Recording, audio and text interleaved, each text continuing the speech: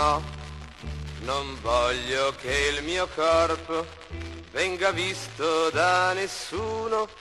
Mi dovete ricordare quando ancora respiravo.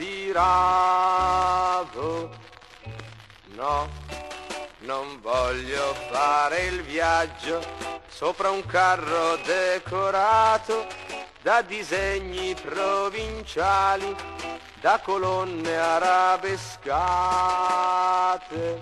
Così sia. No, non voglio al funerale nessun prete frettoloso, nessun prete mercenario che poi chieda l'onorario. No, non voglio le preghiere che si dicono in latino, lingua ormai dimenticata, che mi ha sempre un po' annoiato. Così sia.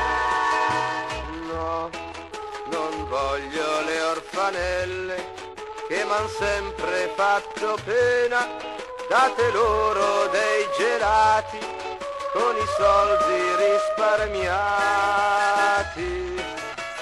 Voglio gente in allegria, dei becchini volontari, tante donne profumate, coi vestiti colorati.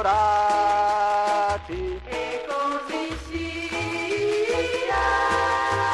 E da tutte le mie amiche chiedo un ultimo favore, una cosa che stavolta non potranno rifiutare.